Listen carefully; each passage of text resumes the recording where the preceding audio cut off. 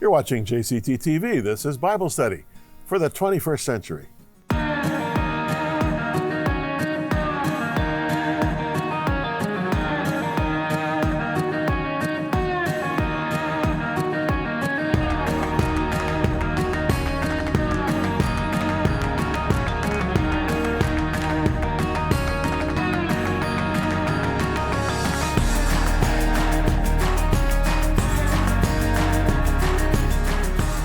So welcome to JCT TV, friends, and if you've been watching it for a while, you know that normally I do an interview and then I do a Bible study segment. I've been getting some viewer feedback as the program is expanding across Canada and the US of A. It's positive feedback, but the general consensus is we like the interviews from time to time, Jim, but we really value the Bible teaching. So you know what? I'm just going to do some Bible teaching for a few weeks. What do you say? I'll be back right after this.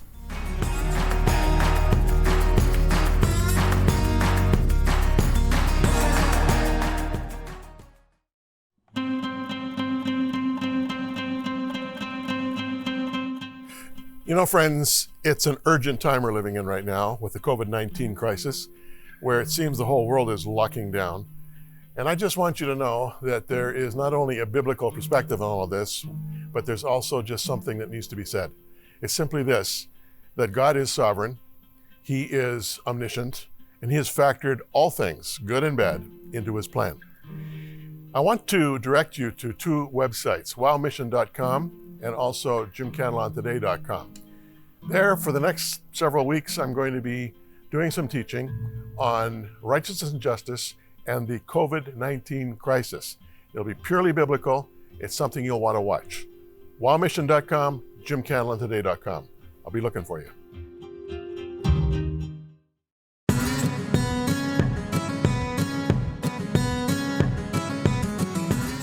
So friends, JCT, Jim Cantelon Today television, is something that has been on the air now for four-ish years. Some of you have been watching all of that time, others maybe for the last year, maybe the last week, I don't know. But we have a few core values, and the number one core value is just teaching the Gospels. There's a lot of options out there in terms of biblical exposition with your local church and your pastors and other television programs. But what I'm concerned about is just getting you as familiar as possible and as knowledgeable as possible with Matthew, Mark, Luke / Acts, because Acts is volume 2 of Luke, and John. So yes, there are 4 Gospels, but I really treat them as 5 Gospels because of the Luke-Acts situation. I have been just going at it slowly, increment by increment, take my time. Maybe it drives you crazy sometimes, but we're just taking our time as we're going through the Gospels. It took us well over a year and a half to do the book of Matthew, and now we're about to go into the 6th chapter of the book of Mark, which is the second book of the Gospels. And I'm producing some commentaries, which I'll show you later in the program, that kind of are adjunct to the television show. It's called Cantelon's Casual Commentary. But whatever way possible, I'm just trying to make the Gospels more engaging and perhaps less intimidating, especially for those of you who are just new to faith. You know, you're just maybe reading the Bible for the first time in your life. So for your sake, plus for those who maybe have read it for years but have never really kind of, focused in, I'm trying to do that. And as you follow along, I'm hoping it's adding value to your life. We're in Mark chapter 6 now, and we're, of course, right into the middle of Jesus' ministry. Mark doesn't spend much time with preamble. In fact, I think I mentioned at the beginning of the Mark series that Mark essentially is writing down what Peter remembered. He's almost like, I won't say Peter was dictating to him, but Mark is sort of the chronicler of Peter's memories from his years of, walking and ministering with Jesus over the course of those 3 years in Israel. So when you're reading Mark, you're really, in many ways, being exposed to Peter's thoughts and Peter's memories. Okay? So in Mark 6, let's read verses 1 to 6, first of all, and then we'll get into the commentary. Then he went out from there, that's referring to Jesus, of course, and came to his own country, and his disciples followed him. And when the Sabbath had come, he began to teach in the synagogue. Many hearing him were astonished, saying, "Where did this man get these things? And what wisdom is this which is given to him, that such mighty works are performed by his hands? Is this not the carpenter, the son of Mary, and brother of James, Joseph, Judas, and Simon? And are not his sisters here with us?" So they were offended at him. But Jesus said to them, "A prophet is not without honor except in his own country, among his own relatives, in his own house." Now he could do no mighty work there, except that he laid his hands on a few sick people and healed them. And he marveled because of their unbelief. Then he went about the villages in a circuit, teaching. Okay. To this point in Mark's record, he has Jesus basically with Capernaum as the epicenter of his ministry. Now, we all know that Jesus was born in Bethlehem, but he was raised in Nazareth. And once his ministry began, this would be, as he was entering his 30s, he made Capernaum his basis for ministry operation. Capernaum was situated, still is, the ruins of it, right on the northern edge of the Sea of Galilee. I have been there countless times over the years because, as many of you know, I lived and pastored in Jerusalem for 7 years back in the 1980s. And I don't know how many times I've been to Capernaum. It is a beautiful situation, and the ruins of Capernaum are really very, very well preserved. It's a beautiful setting. But it essentially was a fishing village. And there are a lot of fish in the Sea of Galilee, still are. I've commented before about the Sea of Galilee, not really a sea, it's a lake. It's fresh water, but it's full of fish. And there's actually a fishing industry to this day. Now, some of the disciples, of course, were fishermen, as we know, and Peter and Andrew's house was right there in Capernaum. And so Jesus probably boarded there as he lived and operated his work in Capernaum, and then he would go out to the Upper Galilee, over to the east, over the Golan Heights as we know them today, and then eventually down to Jerusalem and all around the Upper Galilee. But to this point, chapter 6, Mark has presented Capernaum as the epicenter of Jesus' ministry, with a brief foray into the greater Galilee in chapter 1, and also a boat trip across the Sea of Galilee, or Kinneret, as the Israelis call it today, Kinneret meaning harp, in chapters 4 and 5. So now he travels to his own country, and that is a quaint way of saying to his hometown. And of course, his hometown was Nazareth. Capernaum was his adopted ministry town, but Nazareth was his hometown. So he travels to Nazareth, and then he'll go back to the greater Galilee again in chapter 6. He'll then go into Lebanon, Tyre and Sidon in chapter 7.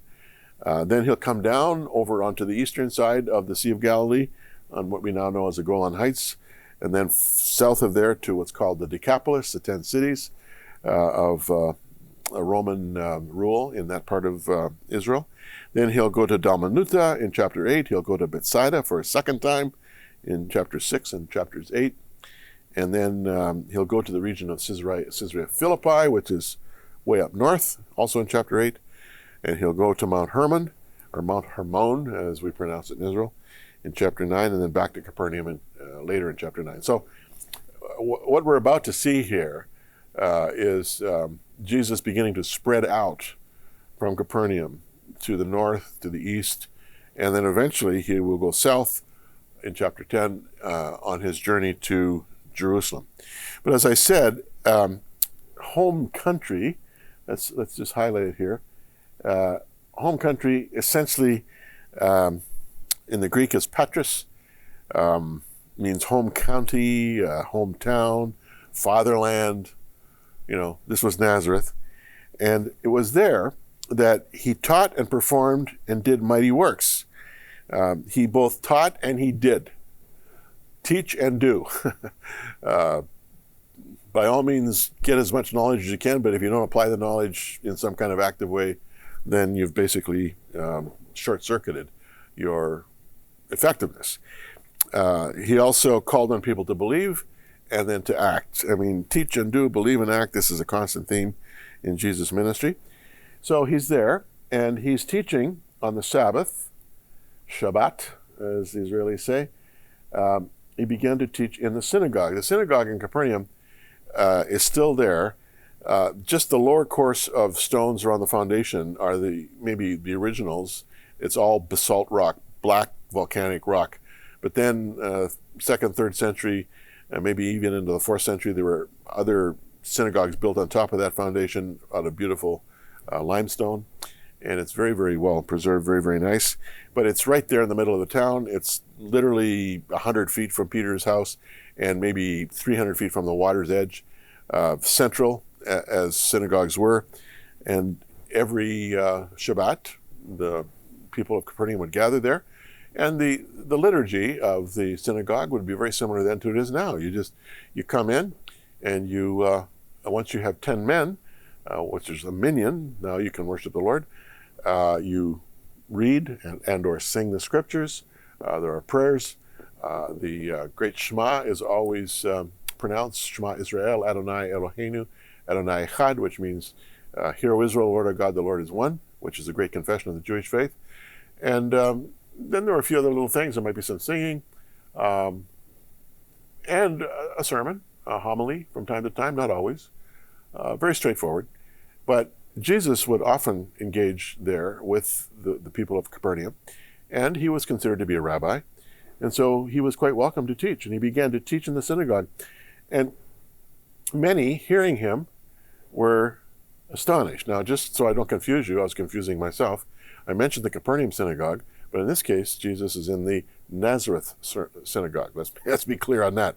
But again, I've been to Nazareth many times as well, and the synagogue there is very centrally located as well. Where'd this man get these things? Now, he wasn't doing much there. We'll learn in this chapter that Jesus couldn't do many mighty signs and wonders in Nazareth because he was a hometown boy. But, people traveled, and word traveled, and they'd heard about the remarkable healings that he had accomplished and the people he had delivered from evil spirits. And I mean, his reputation was already huge, okay? And the people in his hometown who grew up with him were saying, what? I mean, we know him. Where did he get this wisdom? And how can he perform these mighty works? I mean, is this not the carpenter? Okay, the carpenter. Now, the carpenter, again, tekron in the Greek, basically means craftsman, both in wood and in stone. Mark is the only one of the 4 Gospels where Jesus is referred to as a carpenter. That might be surprising to you, but that's true. It's only in Mark. And as I've done research and talked to biblical experts, it's quite likely Jesus was as expert in stone cutting and in laying stone in building buildings as he was in carpentry. And then there are some scholars who think that he maybe specialized in making yokes for oxen. But regardless, he had a trade. Everybody had to have a trade in those days. In fact, the rabbis used to teach, if you don't train your son a trade, you're training him to be a thief. So rabbis had trades, everybody had trades. This was Jesus' trade. He was a carpenter, he was a stonemason, he was skilled. Okay? After the break, we'll continue.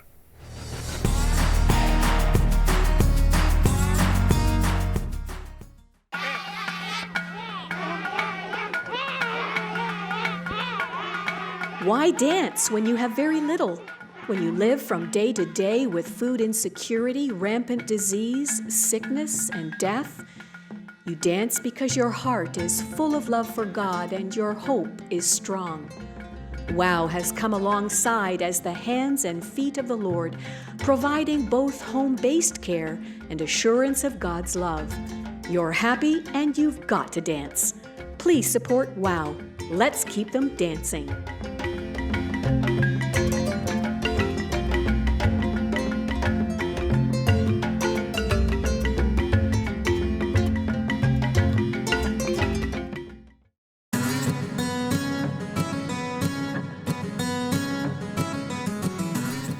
Okay, we're back, and thanks for hanging in there with us.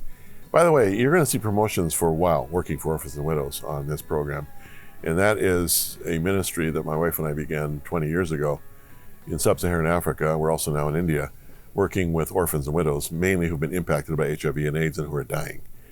And we've been at it for a long time. We work with pastors, churches, local churches, with an army of hundreds and hundreds of volunteers. In fact, in one country, we have 1,000 volunteers.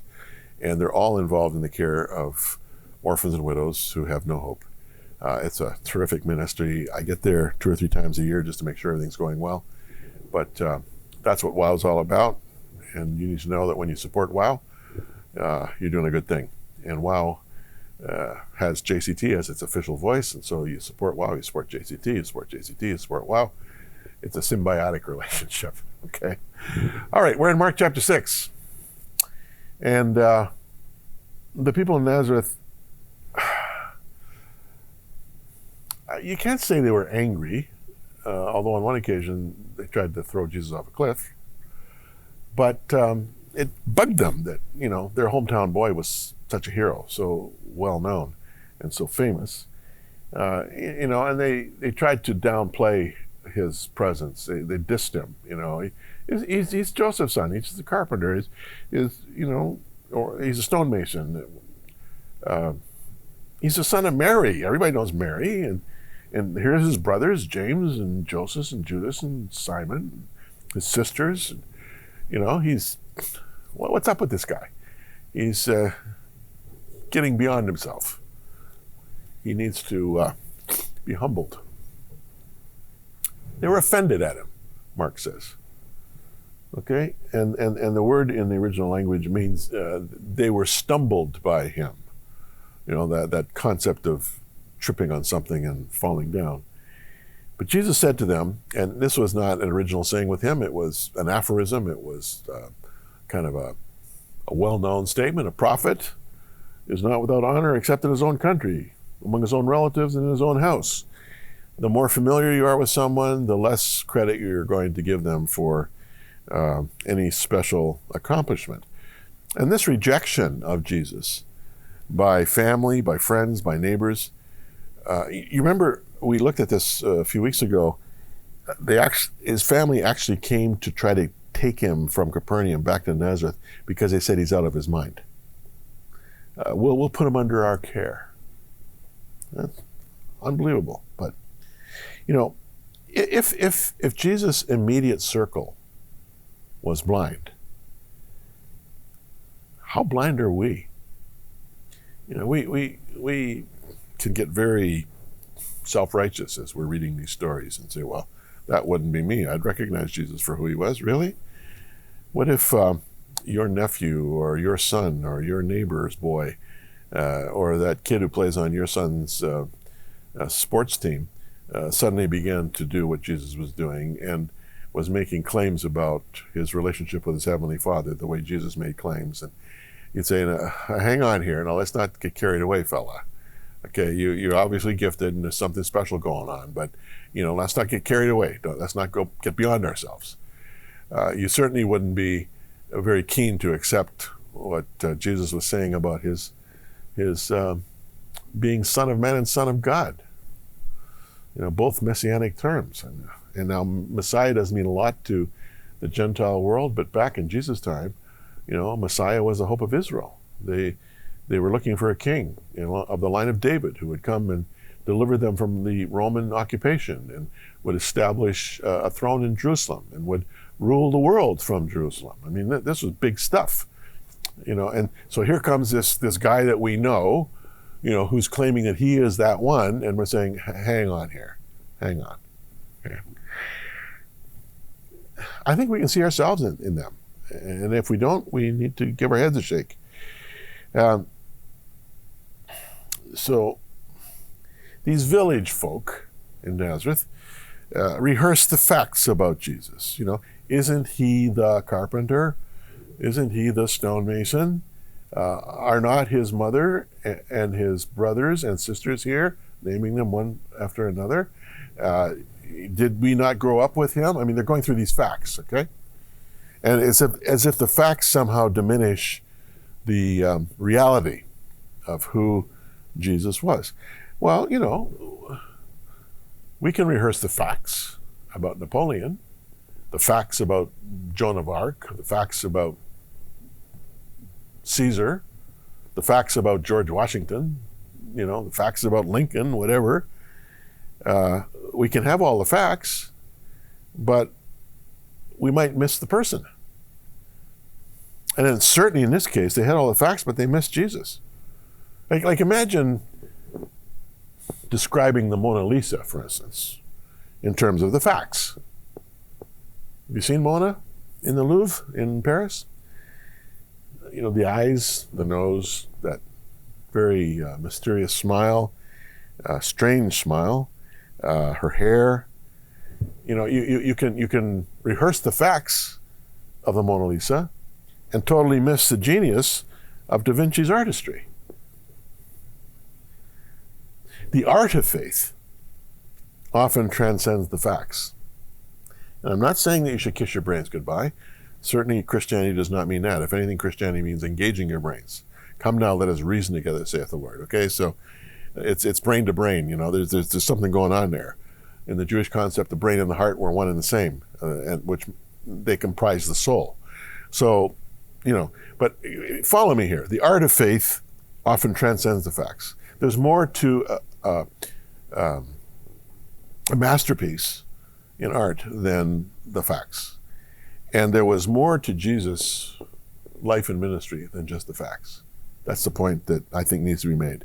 But the old adage, familiarity breeds contempt, certainly applied here. A kind of social snobbery on the part of the Nazareth villagers. A sneer in the word carpenter. He's a carpenter. Who does he think he is? Jesus marvels at this, at their unbelief. And unbelief can be marvelous. I've read the books, so have you, perhaps, or some time in the past in one of your educational experiences. Our world is a cosmic accident, we're nothing but advanced protoplasm. Our capacity for love, for heroism, moral integrity are nothing but atoms and electrons and carbon. Really? That's something to marvel at. You believe that? Amazing. Unbelief can be just as astonishing as belief. Because the other side of unbelief is belief. You say you don't believe, but you believe in something else. There's none of us here who are unbelievers. We all believe in something. And I guess the question is, what is the object of our belief? Do we only believe in ourselves? Well, that's good, but is that it? Do we believe only in what the scientists are telling us? And thank God for science. I'm all for science. Scientists are uncovering the mystery of God's creation every day. But an honest scientist will tell you that science is a work in progress. There's no sort of bottom line with science. There's always a new discovery. There's always a revision of what scientists thought was true last year is not true this year because of a recent discovery. It's true in archaeology, it's true in history. I mean, science is always a work in progress. It's fluid, it's not static. Well, we all believe in something, okay? That's the point. So, let me just extemporize here for a few minutes. When it comes to belief in Jesus, and I'm thinking not just of his family here now and his friends and relatives and neighbors who lived in Nazareth. I'm talking about you and me here in the 21st century. When it comes to belief in Jesus, it's something that transcends reason. I'm not saying it's irrational, but I'm saying it's supra-rational. Jesus said, nobody comes except the Father draws him. In other words, if you are a person of faith, it is evidence of the fact that the supernatural Spirit of God has drawn you to himself. And if at this point in time you say, in all honesty, well, I'm not a believer, well, first of all, kudos for your honesty, but maybe you're intrigued. How do I become a believer? Often when I've been asked that question, I say to those who are asking it, you're already on the road. The very fact that you're asking the believer tells me you're on your way to faith. Someone who is not on their way to faith does not ask the question. Well, what about my doubts? I say, congratulations. It means you got a brain. Doubts, are a spur to thought. And if you pursue a doubt, and think about logical sequence and logical conclusions to various doubts, eventually you work your way to belief. I mean, doubts are not a bad thing. Doubts are a good thing. Sometimes doubt can be a hindrance for those who've come to faith and now suddenly they're rethinking or having believer's remorse. But no, in general, doubt just simply means you got a brain. Okay, so work through your doubts, and at some point, you just simply say, not only is there a God, but God is calling me to himself.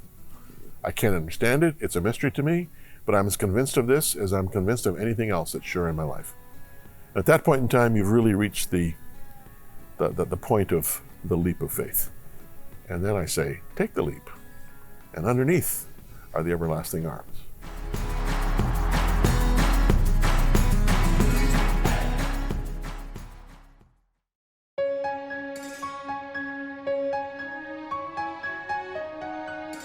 The Bible tells us that true religion is visiting orphans and widows in their distress. The Bible also says that God is a father to the fatherless and a defender of widows. Heaven's core values for mankind begin with God's heart for the least of these. When you support WOW, you're in the sweet spot of God's heart for the poor.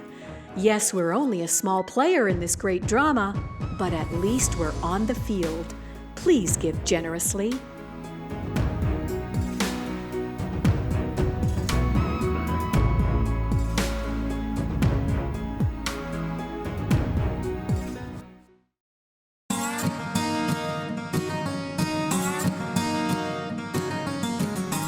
Friends, when you connect with us to support JCT and WOW, either through the internet or by phone or through mail, ask for it, and you got to ask for it. We don't send them out. Cantelon's Casual Commentary. We now have the 4 complete volumes of Matthew and the first half of Mark. The second half of Mark will be ready within days. And I make these available in this format because, first of all, it's inexpensive. Secondly, it fits in your pocket or your purse or your inside pocket. You can tuck it in your Bible.